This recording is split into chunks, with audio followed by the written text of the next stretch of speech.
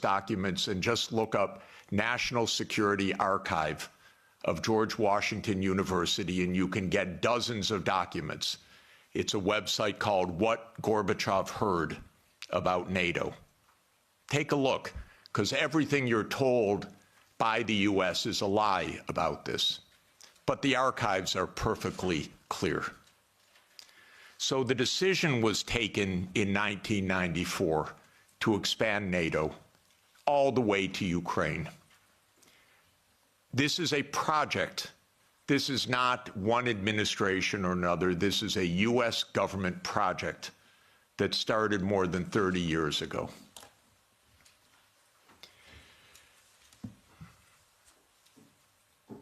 In 1997, Zbigniew Brzezinski wrote The Grand Chessboard.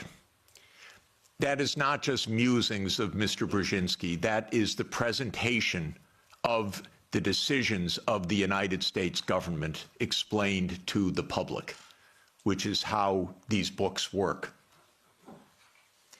And the book describes the eastward enlargement of Europe and of NATO as simultaneous events.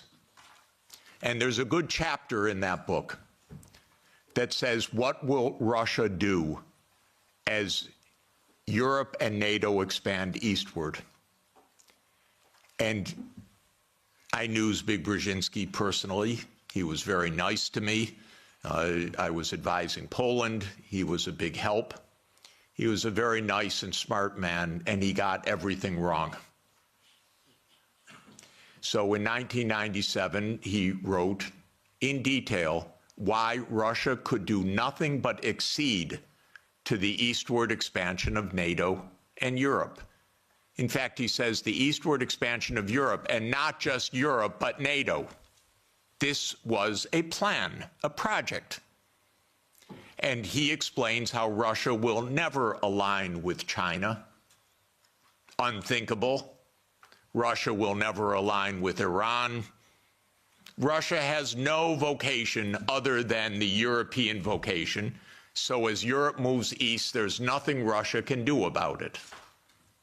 So says yet another American strategist. Is it any question why we're in war all the time? Because one thing about America is we always know what our counterparts are going to do, and we always get it wrong. And one reason we always get it wrong is that in game theory that the American strategists play, you don't actually talk to the other side. You just know what the other side's strategy is. It's wonderful. It saves so much time. You don't need any diplomacy. So this project began, and we had a continuity of government for 30 years, until maybe yesterday, perhaps. 30 years of a project. Ukraine and Georgia were the keys to the project. Why? Because America learned everything it knows from the British. And so we are the wannabe British Empire. And what the British Empire understood in 1853, Lord Palmerston, excuse me, is that you surround Russia in the Black Sea and you deny Russia access to the Eastern Mediterranean, and all you're watching is an American project to do that in the 21st century.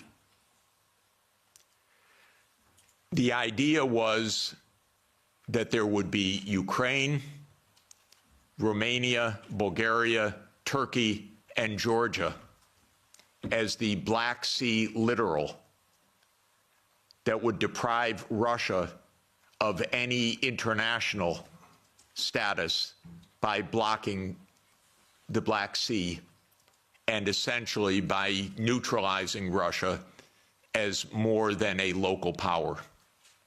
Brzezinski's completely clear about this. And before Brzezinski, there was Mackinder. And who owns the island of the world owns the world. So this project goes back a long time. I think it goes back basically to Palmerston. And again, I've lived through every administration. I've known these presidents. I've known their teams. Nothing changed much from Clinton to Bush to Obama to Trump 1 to Biden. Maybe they got worse step by step. Biden was the worst in my view. Maybe also because he was not compos mentis for the last couple of years. And I say that seriously, not as a snarky remark. The American political system is a system of image. It's a system of media manipulation every day. It is a PR system. And so you could have a president that basically doesn't function and have that in power for 2 years and actually have that president run for re-election. And one damn thing is he had to stand on a stage for 90 minutes by himself. And that was the end of it. Had it not been that mistake, he would have gone on to have his candidacy, whether he was sleeping after 4 p.m. in the afternoon or not. So this is actually the reality. Everybody goes along with it. It's impolite to say anything that I'm saying because we don't speak the truth about almost anything in this world right now. So this project went on from the 1990s, bombing Belgrade 78 straight days in 1999 was part of this project. Splitting apart the country when borders are sacrosanct, aren't they indeed, except for Kosovo.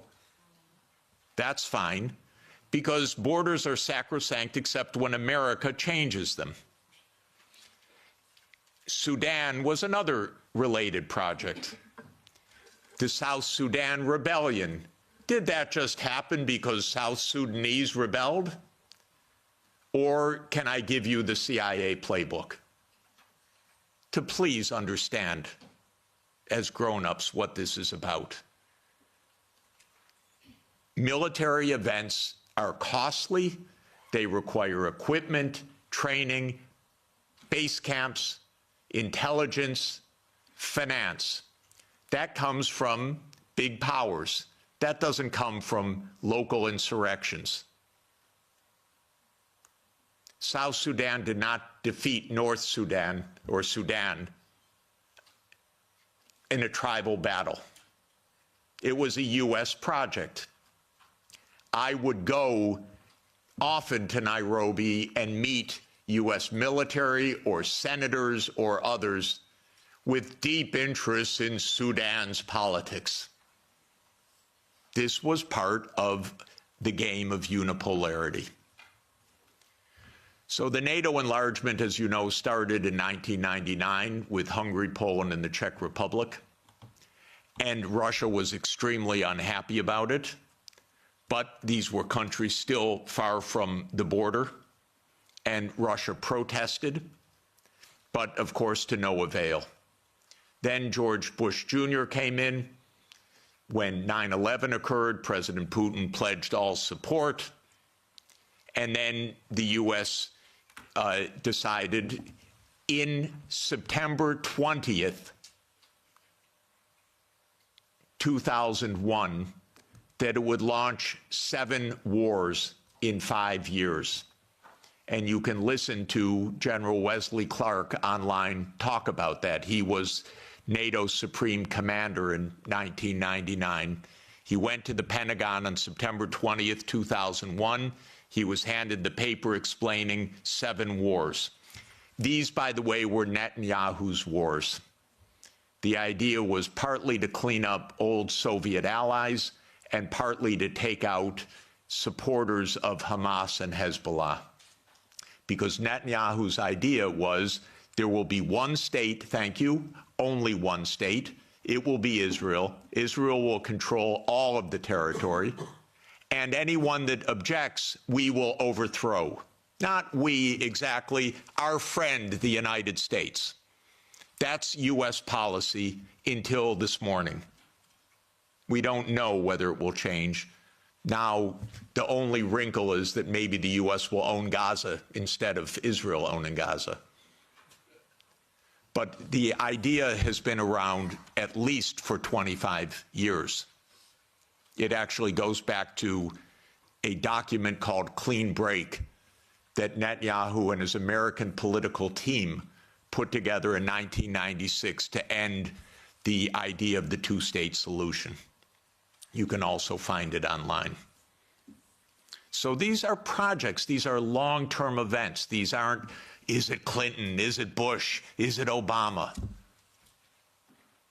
That's the boring way to look at American politics, as the day-to-day game, but that's not what American politics is.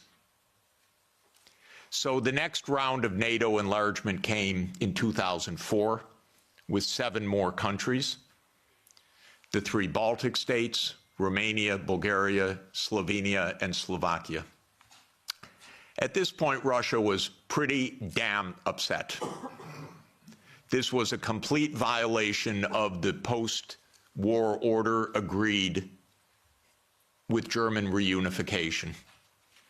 Essentially, it was a fundamental trick or defection of the U.S. from a cooperative arrangement, is what it amounted to, because they believe in unipolarity. So as everybody recalls, because we just had the Munich Security Conference last week in 2007, President Putin said, stop, enough, stop now. And of course, what that meant was in 2008, the United States jammed down Europe's throat enlargement of NATO to Ukraine and to Georgia. This is a long-term project. I listened to Mr. Saakashvili in New York in May of 2008, and I walked out, called Sonia, and said, this man's crazy. And a month later, a war broke out because the United States told this guy, we saved Georgia.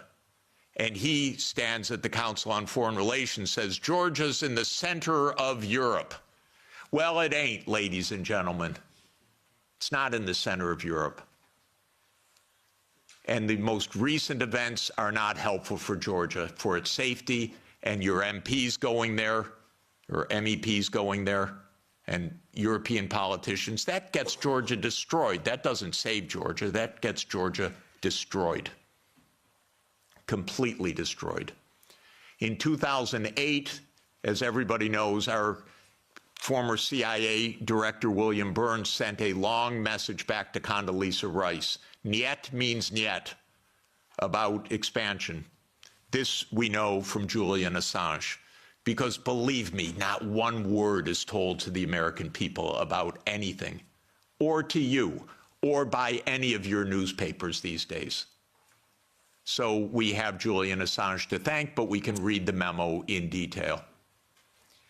As you know, Viktor Yanukovych was elected in 2010 on the platform of neutrality. Russia had no territorial interests or designs in Ukraine at all. I know, I was there during these years. What Russia was negotiating was a 25-year lease to 2042 for Sevastopol Naval Base. That's it. Not for Crimea, not for the Donbass, nothing like that. This idea that Putin is reconstructing the Russian Empire, this is childish propaganda, excuse me. If anyone knows the day-to-day and year-to-year history, this is childish stuff. Childish stuff seems to work better than adult stuff. So no designs at all. The United States decided this man must be overthrown. It's called a regime change operation. There have been about 100 of them by the United States, many in your countries, and many all over the world. That's what the CIA does for a living. Okay? Please know it. It's a very unusual kind of foreign policy. But in America, if you don't like the other side, you don't negotiate with them, you try to overthrow them, preferably covertly. If it doesn't work covertly, you do it overtly. You always say it's not our fault, they're the aggressor, they're the other side, they're Hitler. That comes up every 2 or 3 years, whether it's Saddam Hussein, whether it's Assad, whether it's Putin. That's very convenient. That's the only foreign policy explanation the American people are ever given anywhere. Well, we're facing Munich 1938. Well, we're facing Munich 1938. Can't talk to the other side. They're evil, implacable foes. That's the only model of foreign policy we ever hear from our mass media. And the mass media repeats it entirely because it's completely suborned by the US government. Now, in 2014, the US worked actively to overthrow Yanukovych. Everybody knows the phone call intercepted by my Columbia University colleague, Victoria Nuland, and the US Ambassador Peter Piot. You don't get better evidence. The Russians intercepted her call and they put it on the internet. Listen to it, it's fascinating. I know all these people. By the way, by doing that, they all got promoted in the Biden administration. That's the job. Now, when the Maidan occurred, I was called immediately. Oh, Professor Sachs, the new Ukrainian prime minister would like to see you to talk about the economic crisis. Because I'm pretty good at that. And so I flew to Kiev, and I was walked around the Maidan. And I was told how the U.S. paid the money for all the people around the Maidan. Spontaneous, revolution of dignity. Ladies and gentlemen, please, where do all these media outlets come from? Where does all this organization come from? Where do all these buses come from? Where do all these people called in come from? Are you kidding? This is organized effort. And it's not a secret, except to citizens of Europe and the United States. Everyone else understands it quite clearly. Then came Minsk, and especially Minsk II, which, by the way, was modeled on South Tyrolean autonomy. And the Belgians could have related to Minsk II very well. It said there should be autonomy for the Russian-speaking regions in the east of Ukraine. It was supported unanimously by the UN Security Council. The United States and Ukraine decided it was not to be enforced. Germany and France, which were the guarantors of the Normandy process, let it go. And it was absolutely another direct American unipolar action with Europe, as usual, playing completely useless subsidiary role, even though it was a guarantor of the agreement. Trump won, raised the armaments. There were many thousands of deaths in the shelling by Ukraine in the Donbass. There was no Minsk II agreement. And then Biden came into office. And again, I know all these people. I used to be a member of the Democratic Party. I now am strictly sworn to be a member of no party, because both are the same anyway, and because this is, the Democrats became complete warmongers over time, and there was not one voice about peace, just like most of your parliamentarians, the same way. So at the end of 1991, Putin put on the table a last effort in two security agreement drafts, one with Europe and one with the United States. The U.S. put on the table December 15th, 2021. I had an hour call with Jake Sullivan in the White House begging, Jake, avoid the war. You can avoid the war. All you have to do is say NATO will not enlarge to Ukraine. And he said to me, oh, NATO's not going to enlarge to Ukraine. Don't worry about it. I said, Jake, say it publicly. No, no, no, we can't say it publicly. Say, Jake, you're going to have a war over something that isn't even going to happen? He said, don't worry, Jeff, there will be no war. These are not very bright people. I'm telling you, if I can give you my honest view, they're not very bright people. And I've dealt with them for more than 40 years. They talk to themselves. They don't talk to anybody else. They play game theory. In non-cooperative game theory, you don't talk to the other side. You just make your strategy. This is the essence of game theory. It's not negotiation theory. It's not peacemaking theory. It is unilateral, non-cooperative theory, if you know formal game theory. That's what they play. It started at the Rand Corporation. That's what they still play.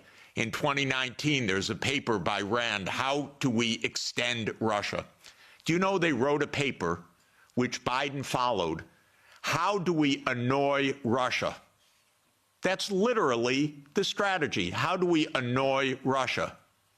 We're trying to provoke it, trying to make it break apart, maybe have regime change, maybe have unrest, maybe have economic crisis. That's what you call your ally. Are you kidding? So I had a long and frustrating phone call with Sullivan. I was standing out in the freezing cold. I happened to be trying to have a ski day.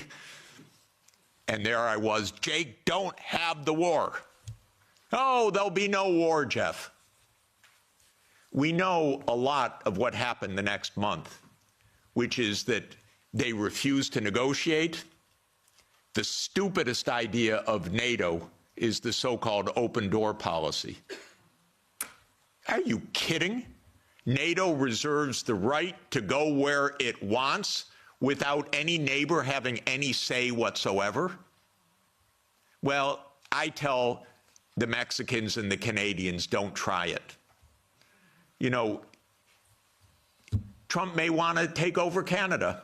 So Canada could say to China, why don't you build a military base in Ontario? I wouldn't advise it. And the United States would not say, well, it's an open door. That's their business. I mean, they can do what they want. That's not our business. But grown-ups in Europe repeat this. In Europe, in your commission, your high representative. This is nonsense stuff. This is not even baby geopolitics. This is just not thinking at all. So the war started. What was Putin's intention in the war? I can tell you what his intention was. It was to force Zelenskyy to negotiate neutrality. And that happened within 7 days of the start of the invasion. You should understand this, not the propaganda that's written about this. Oh, that they failed and he was going to take over Ukraine. Come on, ladies and gentlemen, understand something basic.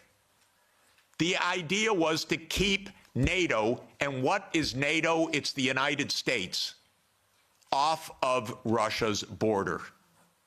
No more, no less. I should add one very important point.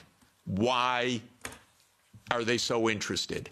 First, because if China or Russia decided to have a military base on the Rio Grande or in the Canadian border, not only would the United States freak out, we'd have war within about 10 minutes, but because the United States unilaterally abandoned the Anti-Ballistic Missile Treaty in 2002 and ended the nuclear arms control framework by doing so. And this is extremely important to understand. The nuclear arms control framework is based on trying to block a first strike. The ABM treaty was a critical component of that. The U.S. unilaterally walked out of the ABM treaty in 2002. It blew a Russian gasket. So everything I've been describing is in the context of the destruction of the nuclear framework as well. And starting in 2010, the U.S. put in Aegis missile systems in Poland and then in Romania. And Russia doesn't like that. And one of the issues on the table in December and January, December 2021, January 2022, was, does the United States claim the right to put missile systems in Ukraine? And Blinken told Lavrov in January 2022, the United States reserves the right to put missile systems wherever it wants. That's your putative ally. And now let's put intermediate missile systems back in Germany. The United States walked out of the INF Treaty unilaterally in 2019. There is no nuclear arms framework right now. None. When Zelenskyy said in 7 days, let's negotiate, I know the details of this exquisitely because I've talked to all the parties in detail. Within a couple of weeks, there was a document exchanged that President Putin had approved, that Lavrov had presented, that was being managed by the Turkish mediators. I flew to Ankara to listen in detail to what the mediators were doing. Ukraine walked away unilaterally from a near agreement. Why? Because the United States told them to. Because the UK added icing to the cake by having Bojo go in early April to Ukraine and explain. And he has recently, and if your security is in the hands of Boris Johnson, God help us all. Keith Starmer turns out to be even worse. It's unimaginable, but it is true. Boris Johnson has explained, and you can look it up on the website, that what's at stake here is Western hegemony. Not Ukraine, Western hegemony. Michael and I met at the Vatican with a group in the spring of 2022, where we wrote a document explaining nothing good can come out of this war for Ukraine. Negotiate now, because anything that takes time will mean massive amounts of deaths, risk of nuclear escalation, and likely loss of the war. I want to change one word from what we wrote then. Nothing was wrong in that document. And since that document, since the U.S. talked the negotiators away from the table, about 1 million Ukrainians have died or been severely wounded. And the American senators, who are as nasty and cynical and corrupt as imaginable, say this is wonderful expenditure of our money because no Americans are dying. It's the pure proxy war. One of our senators nearby me, Blumenthal, says this out loud. Mitt Romney says this out loud. It's best money America can spend. No Americans are dying. It's unreal. Now, just to bring us up to yesterday, this failed. This project failed.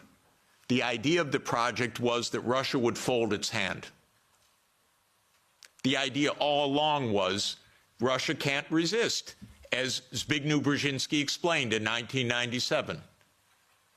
The Americans thought, we have the upper hand. We're going to win because we're going to bluff them.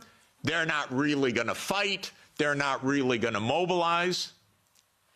The nuclear option of cutting them out of SWIFT, that's going to do them in. The economic sanctions, that's going to do them in. The HIMARS, that's going to do them in. The ATACMS, the F-16s.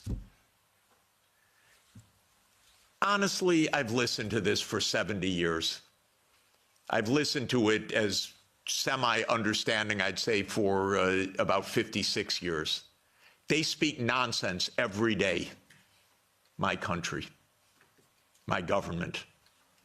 This is so familiar to me, completely familiar. I begged the Ukrainians, and I had a track record with the Ukrainians. I advised the Ukrainians. I'm not anti-Ukrainian, I'm pro-Ukrainian completely. I said, save your lives, save your sovereignty, save your territory, be neutral. Don't listen to the Americans. I repeated to them the famous adage of Henry Kissinger, that to be an enemy of the United States is dangerous, but to be a friend is fatal. Okay, so let me repeat that for Europe. To be an enemy of the United States is dangerous, but to be a friend is fatal. So let me now finalize a few words about Trump. Trump does not want the losing hand. This is why it is more likely than not this war will end, because Trump and President Putin will agree to end the war. If Europe does all its great warmongering, it doesn't matter. The war is ending. So get it out of your system. Please tell your colleagues. It's over. And it's over because Trump doesn't want to carry a loser. That's it.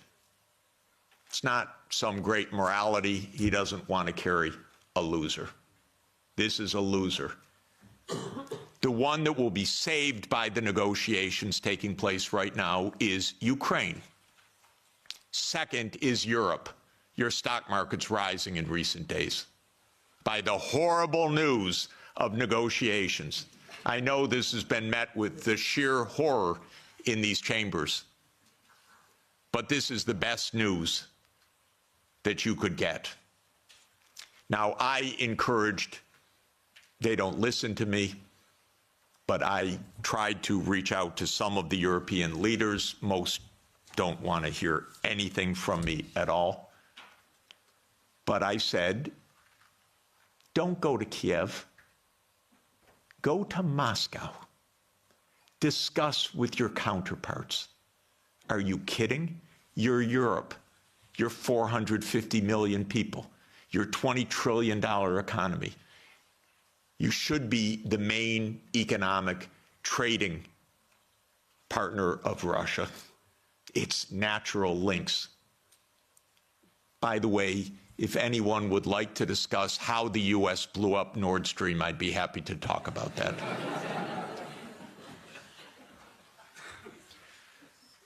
So the Trump administration is imperialist at heart.